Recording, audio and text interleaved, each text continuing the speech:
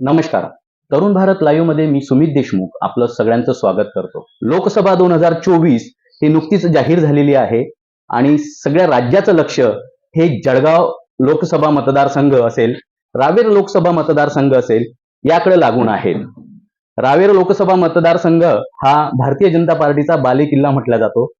त्याचप्रमाणे सातत्याने 10 वर्षापासून ज्या खासदार आहेत रक्षाताई खडसे ह्या सातत्याने 10 वर्षापासून या ठिकाणी खासदार म्हणून राहिलेल्या आहेत. या वर्षी या 2024च्या लोकसभेमध्ये यांना तिकीट मिळणार की नाही यावरती मात्र सगळ्यांचं लक्ष होतं आणि दागदुग पण मनात होती. पण जनतेचा आशीर्वाद आणि वरिष्ठांचं सहकार्य आणि ताई म्हणतात नेहमी की माझे माहेरवासींचा सपोर्ट यामुळे रक्षाताईंना या लोकसभा 2024चं यंदाचं तिसऱ्यांदा देखील खासदारकीचं तिकीट मिळालेलं आहे. आपल्यासोबत रक्षाताई खडसे ह्या जुळलेल्या आहेत. ताई, तुमचं तरुण भारत लाईव्ह मध्ये स्वागत आहे. धन्यवाद. ताई, तुम्हाला जेव्हा पक्षाने तिकीट जाहीर केलं, उमेदवारी दिली, काय सांगणार? नक्कीच जसं दरवेळेस प्रमाणे ज्यावेळेस तिकीट डिक्लेअर होतं, तो नक्कीच सगळ्यांसाठी खूप आनंदाचा क्षण असतो. आणि ह्यावेळेस जसं तुम्ही सांगितलं, की धाकधूक होतीच. कारण की ज्या पद्धतीचं वातावरण मागच्या काही 6 महिन्यापासनं जिल्ह्याभरात सुरू होतं, की बाबा आता नाथाभाऊ एन-सी-पीमध्ये गेलेले आहे. तर रक्षाताई पण प्रवेश करतील तिकडे आणि पक्ष इकडे तिकीट देणार नाही म्हणून त्या एन-सी-पीचं तिकीट घेतील. ह्या सगळ्या अफवा दिवसेंदिवस वाढत चालल्या होत्या. जसे-जसे दिवस जवळ येत होते तसं-तसं लोकांचंही काही ठराविक लोकांचा माझ्या बाबतीत खूप कॉन्फिडन्स पण वाढत चालला होता, की ताईंचं तिकीट आता 100% हे जाणारच आहे.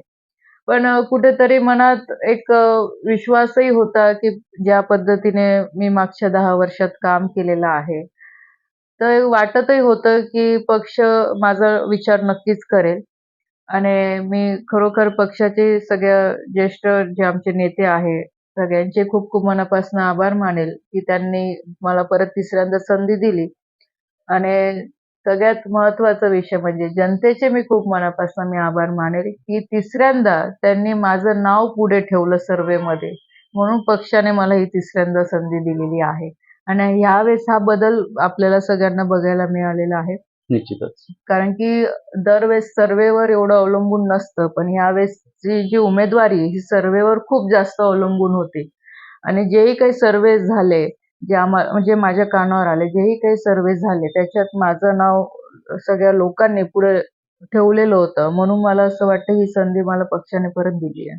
निश्चितच ताई, गेल्या 2 वेळा तुम्ही खासदार राहून चुकलेला आहात आणि या 2 वेळा जेव्हा तुम्ही खासदार झालात, 10 वर्षामध्ये तुम्ही कोणत्या कामांना प्राधान्य दिलं, की जे उल्लेखनीय आहे आणि त्याच्यामुळे तुम्हाला पुन्हा तिकीट मिळालेलं आहे?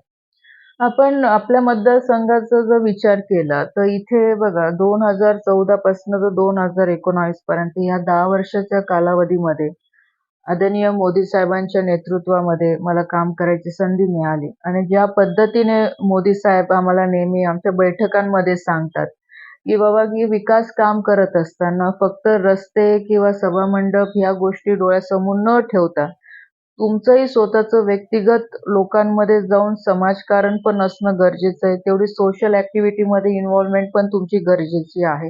ही सवय त्यांनी आम्हाला सगळ्यांना लावली आणि मला पण आधीपासून एक सोशल वर्क करायची आवड होती. निश्चितच. म्हणून जास्त संपर्क माझा लोकांशी राहिलेला आहे.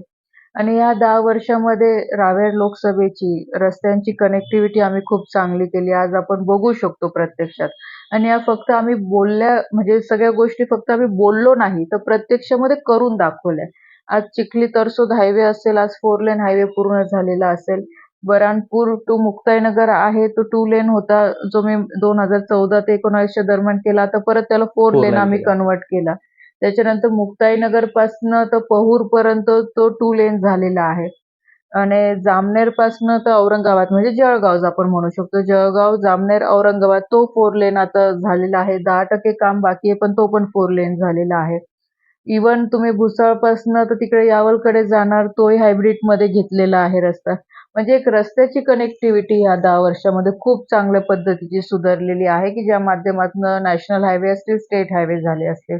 आता एक आमचा विषय महत्त्वाचा जो राहिलेला आहे, जो येणाऱ्या 5 वर्षामध्ये मला पूर्ण विश्वास आहे, की तो मी पूर्ण करेल, की बऱ्हाणपूर अंकलेश्वरचा हा विषय जो सातत्याने पुढे येत राहिलेला आहे. बरोबर. आणि काही टेक्निकल अडचणींमुळे तो आत्तापर्यंत होऊ शकला नाही. परंतु आत्ता आम्ही सगळ्या गोष्टी त्या क्लिअर केल्या. त्याचं क्लिअरन्स घेतलं. पी-एम-ओकडनं त्याला परमिशन सुद्धा आली. आणि आता ह्या इलेक्शन नंतर त्याचं टेंडर वगैरे होऊन त्याही कामाला सुरुवात करू. त्याच्यामध्ये पण एक मागे असा विषय झाला, की बाबा की तो मुक्ताईनगरकडनं जातोय. पण आम्ही ते सगळं थांबवलं आणि त्याची अलाइनमेंट जसं पूर्वीचा रस्ता होता, जो रावेरमधनं बऱ्हाणपूरकडे जातो, त्याच अलाइनमेंटवर आता हा नॅशनल हायवे होणार आहे. क्या बात आहे. कारण की माझ्यासाठी रावेर तालुका ही महत्त्वाचा एक महत्वाचं. तालुका आहे. आज केळी उत्पादक शेतकरी सगळे या चोपडा असेल, यावल असेल, रावेर असेल आणि बऱ्हाणपूर एक मोठं मार्केट आहे केळीचं. त्याच्यामुळे हा नॅशनल हायवे रावेरकडनंच होणं तेवढंच गरजेचं गरजेचं. आहे. आणि कारण की मुक्ताईनगरची ऑलरेडी आम्ही कनेक्टिव्हिटी करून ठेवलेली आहे. म्हणून हा हायवे माझ्यासाठी येणाऱ्या 5 वर्षामध्ये खूप महत्त्वाचा आहे. असं म्हणता येईल ताई, की हा जो तुम्ही हायवे रावेर मार्गे जो घेता आहात, याच्याने केळी उत्पादकांचा खूप मोठा फायदा होणार. नक्कीच बघा, फायदा जेव्हा एखादा हायवे बनतो, आज हायवेला लागून शेती असेल, तिथल्या जमिनीचे भाव वाढतात. आज शेतकऱ्यांना ट्रान्सपोर्ट सिस्टीम खूप ईझी पडते. आज कॉस्ट सेव्हिंगचा विषय तिथे येतो आणि आज हायवे झाल्यानंतर शेतकऱ्यांचा माल हा लवकरात लवकर इतर राज्यांमध्ये पण पोहोचू शकतो. लोकल कनेक्टिव्हिटी ही चांगली होते. त्याच्यामुळे ऑल ओव्हर सगळ्या गोष्टींचं डेव्हलपमेंट होतच तिथे. निश्चितच ताई, समाजसेवा असेल, सोशल ॲक्टिव्हिटी असतील, हायवेचे काही प्रश्न असतील, याच्यामध्ये आपण कंटिन्यू हात घातलेला आहे आणि कशा पद्धतीने ते पूर्ण करता येईल, यासाठी आपला निश्चितच प्रयत्न राहिलेला आहे. पण वर्षापासून रखडलेला जो प्रश्न आहे, तो बोदवड उपसा संस्था असेल, त्यानंतर मेगा रिचार्ज अशा यांच्या मदतीसाठी आपलं काही नियोजन आहे का पुढचं? यावेळेस नक्कीच मी माझा पुढचा येणारा 5 वर्षाचा प्लॅन केलेलाच आहे, की मी आता थोडं कामाची पद्धत माझी यावेळेस चेंज करणार आहे, की यावेळेस मला सिंचनाकडे थोडं जास्त लक्ष द्यायचं आहे. नक्कीच आपलं सिंचन योजनामध्ये आपण बघितलं असेल, की 2014 मध्ये केंद्र सरकारने 500 कोटी बोदवड सिंचन उपसासाठी सुद्धा मंजूर केले होते. त्यावेळेस आदरणीय गिरीश भाऊ इथले आपले जलसंपदा मंत्री होते. त्यांच्या माध्यमातून पण इथे निधी आला. आणि काम एका टप्प्याचं झालेलं आहे. आता दुसऱ्या टप्प्याचं काम तिथे सुरू होत आहे. प्रोजेक्ट हे मोठे असतात, त्याच्यामुळे बऱ्याच वेळा ह्या सगळ्या गोष्टींना टेक्निकल गोष्टींमुळे सुद्धा डिले होतो. पण प्रयत्न आता माझं पुढच्या 5 वर्षामध्ये सिंचन प्रकल्प सुद्धा राहणार आहे. मेगा रिचार्जचा विषय मी सांगेल, की मेगा रिचार्ज हा देशातले एकमेव असा मोठा प्रोजेक्ट इथे आपल्या जिल्ह्यामध्ये होणार आहे. आणि त्याला आता टेक्निकल सँक्शन, डीपीआर ह्या सगळ्या गोष्टींना परवानगी मिळालेली आहे आपल्या राज्याकडे. पण विषय आहे की याच्यामध्ये मध्य प्रदेशचा पण तेवढाच वाटा आहे आणि जे पाणी जाणार आहे गुजरातला जाणार आहे. म्हणून परत याच्यामध्ये गुजरातचा पण विषय येतो. ह्या म्हणजे तिन्ही स्टेटची बैठक होणं अजून अपेक्षित आहे. म्हणजे ती बैठक अजून झालेली नाहीये. जोपर्यंत मध्य प्रदेश आणि गुजरातचं क्लिअरन्स येत नाही तोपर्यंत आपण पुढे याच्यावर काम करू शकत नाही. पण यावेळेस ह्या सगळ्या प्रोजेक्टच्या संदर्भामध्ये आता मी पण पूर्ण प्रयत्न करेल, कारण की आपण बघतोय की दिवसेंदिवस पाण्याची पातळी कमी कमी होत चाललेली आहे. आणि याच्यामध्ये मध्य प्रदेश असेल, काही विदर्भातला काही भाग असेल, जसं मलकापूर, नांदुरा, जळगाव, जामोद असेल, त्याच्यानंतर आपल्याकडे रावेर आहे, यावल आहे, चोपडा, शिरपूर म्हणजे शहाद्यापर्यंत हा प्रकल्प आहे. तर आज एवढ्या लोकांना म्हणजे जवळपास 5 लाख हेक्टर जमीन पाण्याखाली येणार आहे या प्रोजेक्टमुळे. तर मला असं वाटतं की हा प्रोजेक्ट नक्कीच होण्यासाठी वर्ष लागतील. म्हणजे 10-15 किती वर्ष लागू शकतात त्याला. पण येणाऱ्या पुढच्या फ्युचरच्या लोकांसाठी म्हणजे पुढच्या पिढीसाठी हे एक वरदान ठरणार आहे. आणि ह्या प्रोजेक्टमुळे आज शेती करणारा जो वर्ग आहे, नक्कीच या सगळ्या शेतकऱ्यांना खूप मोठा फायदा होणार आहे. त्याच्यामुळे आता नक्कीच आमचं सरकार आल्यानंतर मी प्रेफरन्सने या सगळ्या गोष्टी पुढे घेऊन जाईल. नक्कीच ताई, सर्वत्र वंदे भारत ही ट्रेंड सुरू झालेली आहे. सर्व देशभरामध्ये त्या ठिकाणी सुरू झालेली आहे, पण आपल्या भागात, आपल्या मतदारसंघात अजूनही अद्यापही सुरू झालेली नाही. यासाठीचा काय प्रयत्न? वंदे भारतचं बघा असं आहे की वंदे भारत ही मेक इन इंडिया ट्रेन आहे. तर ही आदरणीय मोदी साहेबांच्या कल्पनेतून सुरू झालेली आहे. खूप चांगला रिस्पॉन्स सगळ्या देशभरामध्ये मिळतोय. पण याला मोदी साहेबांनी आधी प्रेफरन्स अशा गोष्टींना दिलं की जिथे मोठे मोठे तीर्थक्षेत्र आहे, तर तिथे आधी या ट्रेनची कनेक्टिव्हिटी जोडली गेली. आणि नंतर जे काही म्हणजे त्याला पण कॅटेगरी त्यांनी केलंय की जे मोठे क्षेत्र आहे, जसं आता शिर्डी झालं, शेगाव झालं, जे मोठे मोठे क्षेत्र आधी त्यांना जोडताय. आणि ऑलरेडी आपलं भुसावळचं प्रपोजल आपण रेल्वे बोर्डकडे पाठवलेलं आहे. तर मे बी सेकंड फेज मध्ये वंदे भारत आपल्याकडनं पण सुरू होऊ शकते. जसं आपण राजधानी आधी इकडे सुरू नव्हती, राजधानीसाठी आपण सातत्याने पाठपुरावा करून ती रेल्वे आता आपल्याकडनं सुरू केली राजधानी, तसंच वंदे भारत पण सुरू होईल. गेल्या काही दिवसांपासून एक प्रश्न नेहमी गाजतोय, तो म्हणजे आमदार नाताभाऊंचा. नाताभाऊ हे भाजपात येणार का, हा सर्वांच्या मनात पडलेला प्रश्न आहे. आणि या नाताभाऊंची जी चर्चा चाललेली आहे, नाताभाऊ भाजपात परत येणार, तुम्हाला काय वाटतंय, काय सांगाल? मी या संदर्भात सगळ्या मीडियाला सांगत असते की जोपर्यंत गोष्ट घडत नाही तोपर्यंत मी न बोललेली बरी आहे. कारण की बघा की मी आज काय बोलणार, उद्या काही त्याचं वेगळं होणार. म्हणून याचं उत्तर नाथाभाऊच तुम्हाला व्यवस्थितपणे देऊ शकतात की त्यांची इच्छा काय. शेवटी इच्छेवर हा प्रश्न. जर तुम्ही मला विचारलं की ताई तुमची इच्छा काय, तर मी माझी इच्छा सांगितली की मी आधी पण भारतीय जनता पार्टीची कार्यकर्ता होती, आजही आहे आणि भविष्यातही मी राहणार, हे मी ठामपणे सांगितलं जेव्हा मला सगळे पत्रकार विचारायचे. तसंच त्यांचा निर्णय तो व्यक्तिगत नाथाभाऊंचा निर्णय. ठीक आहे, आज जरी ते माझे फॅमिली मेंबर जरी असले, पण आजपर्यंत माझ्या राजकीय जीवनामध्ये कधीही नाथाभाऊंनी इंटरफेअर केला नाही आणि ना मी पण त्यांच्या राजकीय जीवनात कधी इंटरफेअर केला नाही. तेवढं स्वातंत्र्य त्यांनी मला पण दिलेलं आहे किंवा मी माझा व्यक्तिगत निर्णय माझ्या आयुष्याचा मी घेऊ शकते.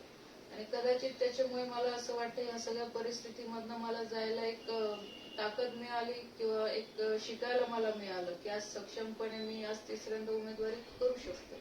निश्चितच तिसऱ्यांदा उमेदवारी मिळालेली आहे, आमच्या तर तुम्हाला शुभेच्छाच आहेत. पण ज्या ठिकाणी तुम्हाला विरोध झालेला आहे त्या ठिकाणी तुम्ही न घाबरता न डगमगता तुम्ही सातत्याने प्रचाराला देखील सुरुवात केलेली आहे. एकंदरीत मतदारसंघात फिरता आहात, आताचं तिथलं काय वातावरण आहे? बघा, हे याच्यासाठी आज जो काही मला कॉन्फिडन्स आहे ना, हा माझ्या मतदारांमुळे आहे. कारण की मला माहिती आहे की काही लोक, जे ठराविक लोक आहे, आज जरी मला विरोध करत असतील काही गोष्टींमुळे, ठराविक गोष्टींमुळे, पण मला माहिती आहे त्या गोष्टींना काही तथ्य नाही. कारण की जी गोष्ट मी केलेलीच नाही ते मी एक्सेप्ट कधी करणारच नाही. मी समोर बोलते, ठीक आहे, माझं बोलणं कमी असेल, माझं संभाषण कमी असेल, पण मी कधी असं काहीतरी चुकीचं नाही मी बोलू शकत. जे मी करू शकते मी ते हो म्हणते, जे मी नाही करू शकत मी तोंडावर म्हणते की माझ्याने नाही होणार. मग ते काम असो किंवा कोणाच्या संदर्भातलं काही विषय असो, ही माझी आधीपासून काम करायची पद्धत आहे. मला नाही आवडत की 10 वेळा लोक माझ्या मागे फिरतील, 10 वेळा येऊन माझ्या पाया पडतील. मी कधी पाया पण पडू देत नाही. ठीक आहे, होणारं काम असेल तर तेव्हाच्या तेव्हा मी करते किंवा त्यांना सांगते 2 दिवसांनी 4 दिवसांनी जेव्हा होणार आहे. पण जे होऊच शकत नाही तर मी खोटी आशा लोकांना कधी लावत नाही किंवा मी कधी देतही नाही. आणि मला ती अपेक्षा पण नाही की लोकांनी माझ्या मागे येऊन 10 वेळा फिरावं, विनंती करावं, हे मला अपेक्षित नाही. कारण की मी असं समजते की आज लोकांनी मला एवढ्या जबाबदारीने निवडून दिलेलं आहे, आज माझ्याकडनं अपेक्षा आहे, तर उगाच का मी त्या लोकांचा पण म्हणजे अशा पद्धतीने छळ करावा, मला असं वाटतं.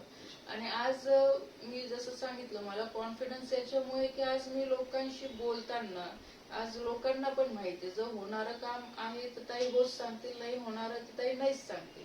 तर त्याच्यामुळे जो संपर्क लोकांशी माझा 1 to 1 हे डायरेक्ट आहे, त्याच्यामुळे मला लोकांची बॉडी लँग्वेज कळते की बाबा की त्यांचा रिस्पॉन्स माझ्याबद्दल किती पॉझिटिव्ह आहे किंवा किती निगेटिव्ह आहे. आज आपण बघितलं असेल केळी पीक विम्याचा विषय आहे, आज जवळपास 70 ते 80 हजार लोक केळी पीक विमा काढतात. आणि हे वाढायचंही प्रमाण मी तुम्हाला सांगते की 2014-15 मध्ये 20 ते 25 हजार फक्त शेतकरी पीक विमा काढायला लागले. त्याच्यानंतर आम्ही त्याच्यात बरीचशी सुधारणा केली. हळूहळू मी लोकांमध्ये जाऊन हे कन्व्हिन्स करायला लागले की बाबा आपलं जर शेतीचं नुकसान होत आहे, आपण सरकारवर, कोणाचंही सरकार असो, आपण सरकारवर अवलंबून राहतो. तर त्याच्यापेक्षा जर आपल्याला आज एवढी चांगली योजना जर सरकारच्या माध्यमातून भेटते तर आपण विमा का नाही काढावा? आणि जर तुम्ही विमा काढला तर त्याच्यासाठी आम्ही पण भांडू शकतो, आम्ही पण कंपन्यांशी बोलू शकतो आणि तुमचा हक्काचा पैसा तुम्हाला मिळू शकतो. हे लोकांना पटलं. मग हळूहळू त्याचं पर्सेंटेज आज वाढत वाढत आज 70-75 हजारापर्यंत आलेला आहे आणि खरोखर त्याचा शेतकऱ्यांना फायदा होतो. आज छोट्यातला छोटा शेतकरी जरी केळी उत्पादकचा असेल, जरी त्याला काही अडचण असेल तो असं डायरेक्ट फोन लावून मला बोलतो की ताई माझा विमा का नाही आला, कशामुळे नाही आला, कधी येणार आहे, काय येणार आहे. आज एवढं त्यांना म्हणजे फ्रीडम आहे की माझ्याशी बोलायला काही कोणत्या अपॉइंटमेंटची गरज नसते किंवा मला डायरेक्ट येऊन लोकही भेटतात. तर त्याच्यामुळे जेव्हा मी गावागावांमध्ये फिरते आणि जेव्हा त्यांच्याशी संवाद साधते तर आज लोकांनाही बरं वाटतं की बाबा की एक गोष्ट आपण म्हणजे मी हे पण बघितली की जेव्हा आपण गावामध्ये जातो काही ठराविक वर्ग जो असतो की त्यांना राजकारणाशी काही घेणं देणं नसतं. म्हणजे घेणं देणं नसतं म्हणजे ते बिचारे आपले आपले काम भलं ते भले असतात. काही लोक असतात की कार्यकर्ते म्हणून काम करतात. पण माझी ही आधीपासून ही पण सवय राहिलेली आहे की मी जेव्हा गावांमध्ये जाते तर मी ग्रामपंचायत मध्ये बसेल किंवा मी मंदिराच्या सभा मंडप मध्ये बसेल. मी कधी कोणत्या पदाधिकाऱ्याच्या घरी बैठक बोलवत नाही.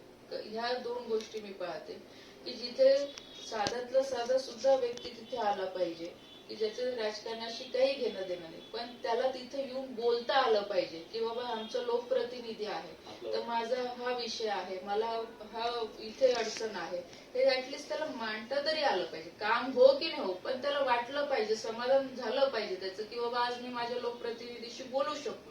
म्हणून आज जे मी सांगते कॉन्फिडन्स मला याच्याचमुळे की आज मी लोकांसमोर बेधडक जाऊ शकते, मी त्यांचे प्रश्न समजू शकते आणि बऱ्याच वेळा जे माझ्याकडनं होणं शक्य ते मी केले पण आहे काम. म्हणून आज मला त्याची भीती नाही की उद्या मी प्रचाराला जाईल तर उद्या मला कोण काय बोलेल, कारण आज सगळ्याची उत्तर माझ्याकडे आहे. निश्चितच आपण जसं की बघतो आहे या ठिकाणी समस्या असतील लोकांच्या, त्यानंतर फोरवेच्या कामं असतील, पीक विमाची कामं असतील, हे सगळी कामं ही लोकांपर्यंत थेट जाऊन त्यांची समस्या ह्या सोडवलेल्या आहेत. आणि त्याचप्रमाणे आता मात्र राज्याचं लक्ष या बालेकिल्ल्यावरती लागलेलं आहे, ते म्हणजे जळगाव लोकसभा आणि रावेर लोकसभा. सर्वांचं लक्ष याकडे लागून आहे. पाहत रहा तरुण भारत लाईव्ह, जळगाव.